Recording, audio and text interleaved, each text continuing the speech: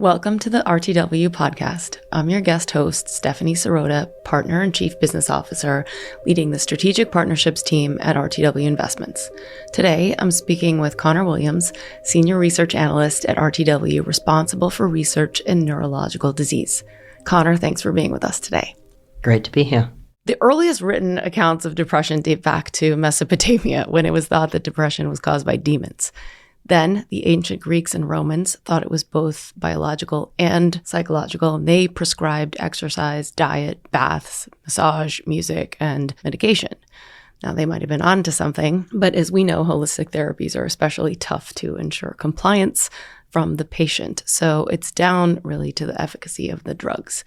Most people today think about depression emerging on the scene as a disease with the advent of breakthrough pharmaceuticals in the mid-20th century with the MAOI, monoamine oxidase inhibitors. Let me just test your history here. Tell us about that class of drugs. Yeah, what's actually really cool about any drug that affects the brain is a lot of them are discovered by serendipity. So the first antidepressant was actually being developed as a drug to treat tuberculosis, and they found in the patients they gave it to that it had this surprising effect on mood. And that was the first monoamine oxidase inhibitor, and that started this kind of snowball where the monoamine oxidase inhibitors led to tricyclics and then led to, this class of drugs, SSRIs, which have been the mainstay of antidepressant therapy for decades. Prozac was developed by Eli Lilly, and it was the most prescribed antidepressant because it worked and it had this relatively clean side effect profile.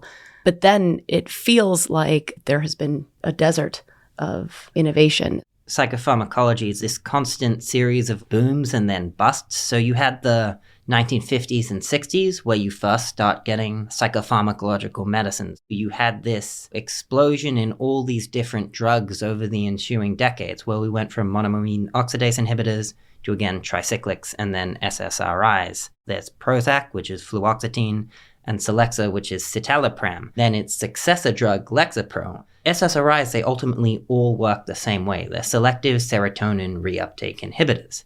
If you're a patient that either doesn't respond to an SSRI, which happens all the time, we have millions of people that are treatment resistant in the US, or you're a patient that gets unacceptable adverse events on an SSRI, you're kind of out of luck. It became a situation where patients weren't getting any better as we made more and more drugs. Payers and physicians kind of caught on and they said, why am I going to prescribe this branded drug that works just the same way as this generic drug? Am I really going to jump through all these insurance hoops to get a drug that's the same?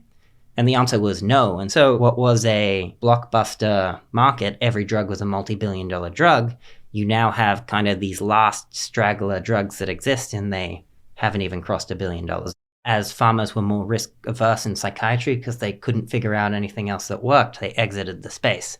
And so you had this period of time where nothing was really being made until biotech started stepping in to kind of pick up where pharma left off. When you say treatment-resistant patients, does your research extend to patient populations globally? If you fail 2 adequate lines of antidepressants, you're said to be treatment-resistant. Your odds of getting better once you're treatment-resistant go down markedly. In the US, treatment-resistant depression is a defined term, and there are now different medtech approaches and new pharmacotherapies to treat that. Outside the US, it's often hard for new psychiatric drugs to get to market. Because of the strict payment regimes? Or? Right. In Europe, the governments would prefer to give patients cheaper generic drugs. You see all the time in psychiatry that drugs just don't get to market in Europe. There's a drug called Nuplazid, which treats Parkinson's disease psychosis, and it's available in the US, but it was never brought to Europe. And it sets up this strange scenario where the only other drugs we can use for Parkinson's disease psychosis are atypical antipsychotics, and atypical antipsychotics increase mortality by a significant margin. So in Europe, these patients with no other option are being given antipsychotics because they're cheap, but it's not actually the best outcome for these patients. Some of the med tech solutions like TMS and ECT. Can you talk a little bit about those? You might think that, it's infrequent that people don't respond to antidepressants, but it's actually quite common. There are probably 2 million people in the US with treatment-resistant depression. You can go to a psychiatrist and oftentimes they'll give you certain medical devices that treat your depression. TMS, or transcranial magnetic stimulation, lets out a magnetic field, which then causes electrical stimulation in your brain. It's very analogous to an older technology called electroconvulsive therapy, or ECT. That sounds scary. It's what you think of in horror movies. You think of, someone in a psychiatric ward electrocuting a patient and it making them functionally a zombie. Even though there's massive stigma around it, it's probably the most effective antidepressant therapy we have. And there are so many stories out there of patients with treatment-resistant depression who will take a course of ECT and their lives will be changed. Even if it wasn't underutilized, we have 2 million treatment-resistant patients in the US. We couldn't possibly be giving ECT to all of them. Clearly, there is a need for new drugs. J&J's Spravato S-ketamine drug came on the scene. It's a nasally administered drug. I think people are just interested in that it's ketamine or a form of it. So Spravato, it's actually S-ketamine. In the same way, Johnson & Johnson didn't develop ketamine because that's a very old compound. It would have been very hard to get any exclusivity around it. And instead, they developed an enantiomer that they say has better properties. It was one of the first drugs for treatment-resistant depression. Patients take this nasal spray in a clinic. It is a way for giving relief to these patients that really had no other option. That drug's just past doing $1 billion a year in sales, and it's probably on track to be a multi-billion-dollar blockbuster in interventional psychiatry. Is Spravato a psychedelic drug? Ketamine mostly works as an NMDA antagonist, so it's more of a dissociative anesthetic, even though people think of it as a psychedelic because of its psychotomimetic properties. How have SSRIs and the psychedelics historically been manufactured? They're found in nature all the time. You have, peyote cactus that contains mescaline. Obviously, psilocybin is produced by magic mushrooms. And you even have toads in the Sonoran Desert that make 5-methoxy-DMT and all sorts of naturally occurring psychedelic compounds that are out there. In the 1960s, you had people like Timothy Leary advocating for them, studying them. Eventually, he got pushed out of Harvard as a consequence of his research, but then he became part of the counterculture. Now, of course, that had downstream consequences where these drugs became outlawed, and that became really hard to study the effects of psychedelics. So you had this dark age in psychedelic research. There are very few studies between the 1970s and kind of the early 90s because it was so hard to get around restrictive scheduling laws. And you had a dark age in innovation after the end of the incrementally beneficial SSRI drugs. You have this perfect storm for no new psychiatric drugs, and the compounds that maybe have promise you're not allowed to study. When did this sort of whole sector go from something that was part of a counterculture movement to actually a legitimate class of drugs that was worthy of your attention? In psychiatry, people will show us open label data, and it can be hard to tell that it's real, but with psychedelics, the effect size was so enormous, it was very hard, for people to ignore. As the war on drugs started to die down, you had certain academic groups at NYU and in other places that started studying magic mushrooms, also out of Imperial College London. And they'd find in these very early, often open-label studies that the effects on depression of particularly psilocybin, which was most studied at the time, were profound, and they were very much outside the range of what you'd expect for a placebo. What really started the snowball began with drugs like Spravato, as well as another drug called Epidiolex. And these are both scheduled substances. In the case of Epidiolex, it's cannabidiol, and of course for Spravato, it's ketamine. What Johnson & Johnson and GW Pharma proved is if you do find a legitimate medical use for these drugs, they can be rescheduled and they can be sold. And so between a legitimate way to make scheduled drugs medicine, between increasing academic research, you started having these biotech companies founded, often the initial ones were in Europe or listed in Canada, and they started trying to find ways to bring these potentially paradigm-shifting medicines to market. How were some of these early companies and how were some of these early entrepreneurs funded? They often weren't even founded by biotech founders. So you ended up with this company and investor phenotype that's maybe very alien to us here. You had these companies that they were developing psychedelics, but maybe they were arguing that it had to be administered with concomitant psychotherapy. I remember a banker calling me, and he was almost laughing when he called me, and he said, this very strange European company, they're telling me that they're talking to you about this illegal compound, and I just couldn't imagine, that you would ever take this thing seriously. And you said, yeah. Right, and I said, yeah, no, I'm actually taking a serious look because the therapeutic effects were real. It's hard to deny when you see the early, particularly double-blind data, that these aren't transformative for the practice of psychiatry in the future. How has this affected the regulatory space? Initially, one of the roadblocks to investment was, can we even reschedule these drugs once they have legitimate data? And can they be sold and distributed in the US? The second question, particularly for psychedelics, became, because of their cultural baggage, their profound mind-altering effects, how is someone going to get one of these drugs across the line? The FDA is really leaning in, and they've even produced guidance documents for these biotechs to really help them design a development program that the FDA is going to be able to approve and get across the line. The FDA actually took the same view that we had, which is the FDA is there to regulate drugs and not there to regulate therapists. What impact has, if any, has the IRA's pill penalty had on psychedelics? Even before the IRA, in the US, we had this preferential treatment of biologics. So if you get any biologic approved in the US, you get what's called biologic exclusivity, and that lasts for 12 years. In the world of small molecules, you only really get 7.5 years of a much weaker form of exclusivity. In psychiatry, we're stuck with small molecules. That's the only way we can get into the brain, but there are all sorts of laws that are drafted that favor modalities that can't help us. And in the same way, the IRA has what's called the pill penalty, an idea that small molecules are given a shorter period before negotiation compared to biologics. And this basically is telling pharmas and biotechs that the government will reward you more for developing an advanced modality, which is fine. But what that also says, in a way, is we're going to protect you less if you develop drugs for brain diseases where biologics can't really go as easy. In intellectual property law, you can patent a molecule you invent, but you can't patent one you find in nature. So oftentimes a way to get around that is to patent the method of use of the molecules. If we were developing a naturally found psychedelic that we found today, we might patent the method of using that molecule in treatment-resistant depression.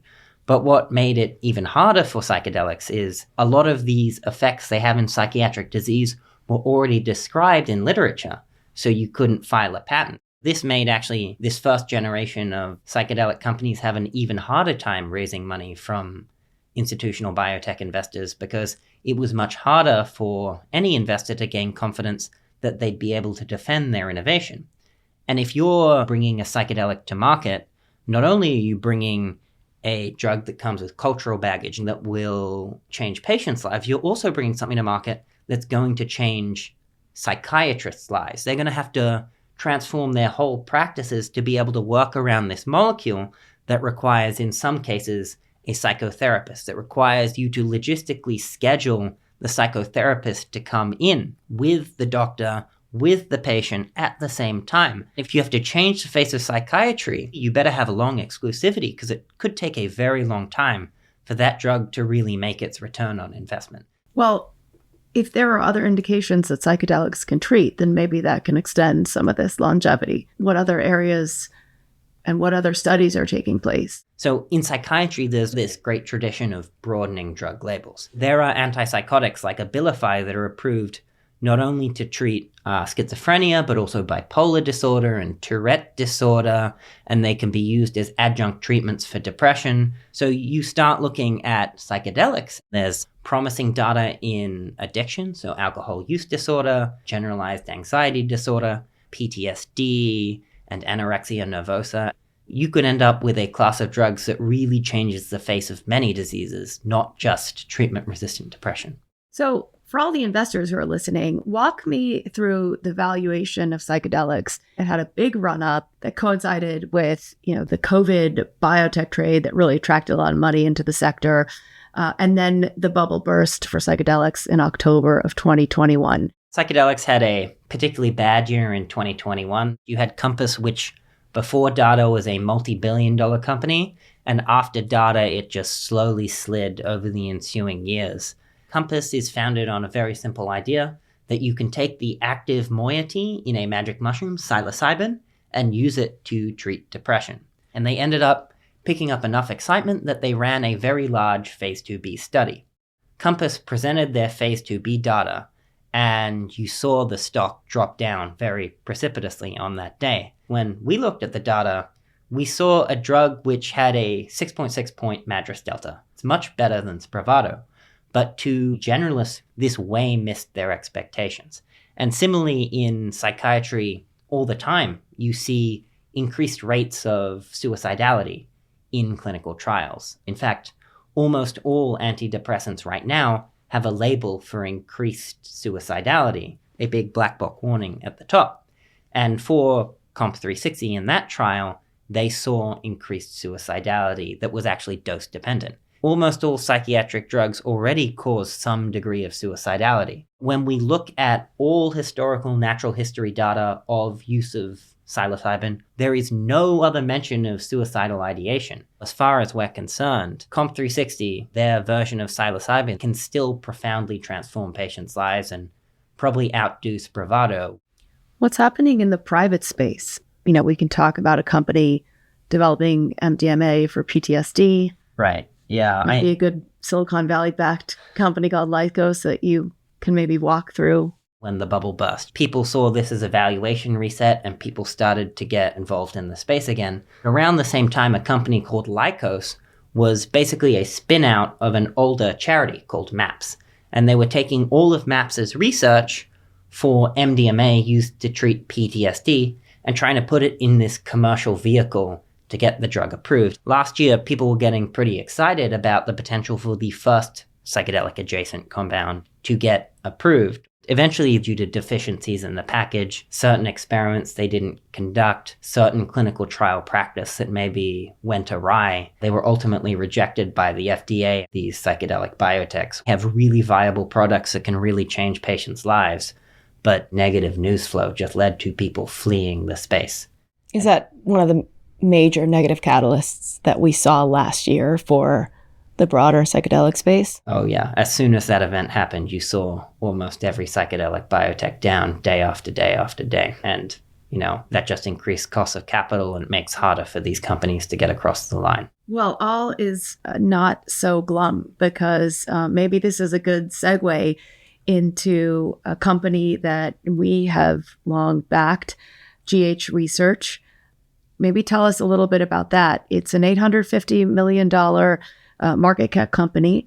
It's up 100% year to date on the positive news on their phase 2B results that just came out. GH Research is a company we actually invested in right as the psychedelic bubble came to an end. They were a private company when we found them at the time. I stumbled across one of their patent filings, which was a method of using their compound, 5-methoxy-DMT, in treatment-resistant depression. We ended up supporting their crossover round. What really makes GH Research different is they were probably the leader in seeing that it's going to be real hard for psychiatrists and even harder for the FDA to get comfortable with having psychotherapy administered concomitantly with a drug. So they took this compound, 5-methoxy-DMT, that can get to brain really quick. You inhale this drug out of a bag that a little machine fills, and you have your psychedelic trip, and then you come back down, and hopefully you can go on with your day. How long is that experience? Between 10 and 15 minutes long. So when you compare that to psilocybin, which is a 6 to 8 hour trip, or LSD, which is closer to 10 hours, that is a much faster throughput. And when they came out with their phase 2B data, it was, at least to my memory, the biggest drug effect I think I've ever seen in psychiatry in my life. It was, I think, a 15.5 point difference versus placebo on the MADRS scale, which is a scale we use to measure depression, over 50% of patients were in remission, which is basically unheard of to date in psychiatry. They were in remission after how many treatments? Just one? Right, after the first dose at 7 days. Psychedelics, which hold the promise of once-a-month dosing or longer, you can also help the psychiatrist because then they have more room to treat more patients. GH, we thought, was an innovation on many fronts. They had a method of use patent. They had the opportunity to have really short duration of treatment. They had the opportunity to help out the psychiatrist's office. And on top of all of that, this was founded by real biotech guys that have developed drugs before. So we knew they'd really go out of their way to tick all of the boxes that maybe some of the initial companies didn't. So of the patients that have gone into remission, what are some of the long-term studies showing? The question of, are psychedelics more durable than Spravato? That's pretty settled. Almost every study that's measured it has shown a response of at least a month. In almost any scenario, it's an improvement over standard of care. Coming up soon, you're going to be sitting with Dr. Valcheva, the CEO of GH Research, who's very kindly visiting us from company headquarters in Ireland. Maybe tell us a little bit about that. GH has really had their work cut out for them for the last couple years. You know, unlike most drug companies where they're just developing their drug, which is often in pill form, these guys are developing a drug-device combo. One of the funniest experiences I've ever had in this office is I was going through their original patent. They described their inhalation device called the Volcanomedic. It's actually this device that people use to inhale cannabis. And I was seated at my desk and I asked one of the analysts, have you ever heard of this? And he told me, yeah, no, Connor, you can go down to the store on the corner right now, right here, and see a version of it. I almost actually went out to buy one and deconstructed it on my desk in the office to figure out how to make it. That was one of the more interesting ways I've done diligence in my life. I'm going to have to ask you this. Have you tried any of the psychedelics? I've met so many people that have done them, particularly people that have started these companies, and they're so evangelical about these compounds, and maybe for good reason, because they can change people's lives. If you ask me today, have I done them? No. In the future, who knows, maybe I'll go on holiday to Jamaica at some point. But I think until we're done investing, I'm purely data-driven here. Thank you so much, Connor. This has been a fascinating look into a very important and very exciting new class of drugs. And hopefully will bring a great deal of hope to patients. Thanks for having me. The RTW podcast was produced and recorded by me, Devon Lever, at the RTW headquarters in New York, and edited by Dominique Guerra. To make sure you never miss an episode, you can subscribe to the RTW podcast on Spotify, Apple Podcasts, Amazon Music, and most other podcast platforms. Follow us on LinkedIn at RTW Investments LP, and check out our website at rtwfunds.com for the latest updates and insights. This interview was given by Connor Williams, Senior Research Analyst at RTW Investments, and moderated by Stephanie Sirota, Chief Business Officer and Partner at RTW Investments. Statements reflect RTW's views and opinions as of the date hereof, and not as of any future date. All expressions of opinion are subject to change without notice, and are not intended to be a forecast of future events or results. The views expressed by guests are their own, and their appearance on the program does not imply an endorsement of them or any entity they represent.